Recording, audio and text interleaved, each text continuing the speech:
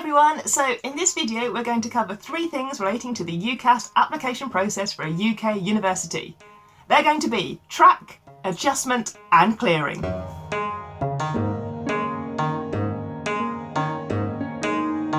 So if you're applying to a UK university, you probably already know that you have to go through the UCAS system. That's the University Colleges Admissions Service, a very catchy title, but they're really good at guiding you through how to put in an application in order to apply to a UK university. You probably already know about conditional and unconditional offers, so that's where a university may elect to give you a place straight away on the course, or you might have to meet some certain course requirements based on your forthcoming exams and qualifications. But there's 3 things that people often don't know about, and they are track, adjustment and clearing. And so those are the 3 things that we're going to cover in today's video. Track is a really cool system by UCAS that allows you to log in and monitor the status of your application. So you can see if universities have made a decision, and you can then reply to that university with your decision. And depending on your circumstances, Track is also the place that you go to for extra, adjustment and clearing. More on those processes coming up. As an admissions tutor, people sometimes ask me, can I only apply for 5 universities?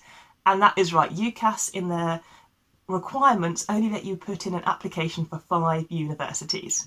So what happens if you apply for all 5 universities that you like the look of, and worst case scenario, you get rejected from all 5? What do you do then? You may be very upset, there may be tears, you may be really frustrated, but it isn't the end of your UCAS journey, because UCAS have this thing called Track.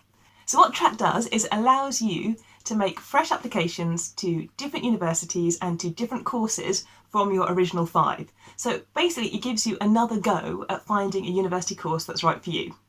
If you have been rejected from all 5 universities that you initially put, I think it's worthwhile having a pause to think about why that might be. I mean, it could be that you're just applying for the wrong course, maybe your qualifications don't match the courses that you're applying to, maybe your personal statement needs to have some more details in it. So take a moment or 2 to reflect on whether the courses you're applying for are really the right match for what you currently want to study, your current qualifications and your current aspirations.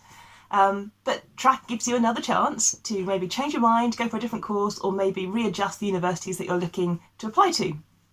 Most students are going to go into the summer period knowing they need to get certain grades in their summer examinations in order to secure their university place. And exams are funny things. Sometimes they go brilliantly and sometimes they don't go to plan. So let's do the second case first. What happens if you take your exams and unfortunately things don't go quite the way you wanted to and you miss your grades? Well, if you miss your grades, the university may still accept you, and some university courses will still allow students on their course even if they've missed maybe 1 grade or 2 grades. If you don't get into your firm choice university, there's always the insurance choice university, and again they may accept you. And all of those decisions will happen before you get your results. So on results day, you will know straight away if your firm or your insurance choice university are going to allow you onto their course. If you don't get onto your firm or your insurance choice university, you can go through clearing. Now, once you go into clearing, you talk directly to the universities. You're basically inquiring to see whether they have space on the course. You're looking to see if the course is a good match for you, and the admissions tutor will be looking to see if you're a good match for the course. And then if they like the look of you and you like the look of the course, you put another application back through the UCAS system, the university will reply to you, and you're into that university. Okay, let's now do the other case. What happens if you take your exams and you do better than you expected? So maybe you thought you were going to get 3 Bs and you got 2 A's and a B. Well, in that case, we have something called adjustment. So adjustment allows you to look around other universities and see if you want to change your mind or change your course slightly. Now, adjustment only happens over a very small structured time window, so you need to make sure you know when that is.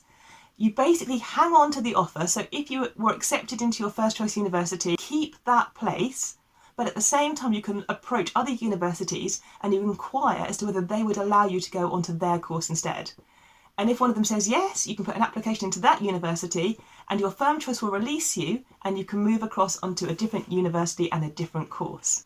Now, adjustment wasn't around when I went through the system, but it's something to have in your back pocket. Just in case you do better than you expect, you do have an opportunity to reconsider which university you want to go to.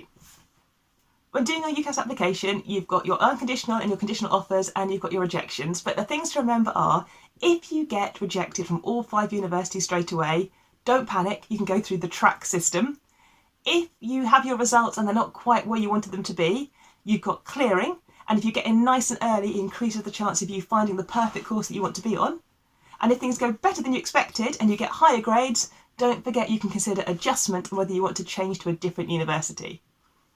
So I hope those pointers about UCAS were helpful. I'll be back in my academic office next week, so I'll take you with me so you can have a little look around. Next week's video will be all about finding a PhD. So if you're curious about how you find a PhD, wondering about how it works in the science sector and how you get matched up with a PhD supervisor in a university, maybe you're thinking about doing a PhD but you're at industry, next week will all be about finding a PhD, so please do come back, subscribe. This is Charming Quarks, my little home on YouTube. I'm Caroline, a lecturer and a university admissions tutor, and hopefully I'll see you next Thursday. Bye!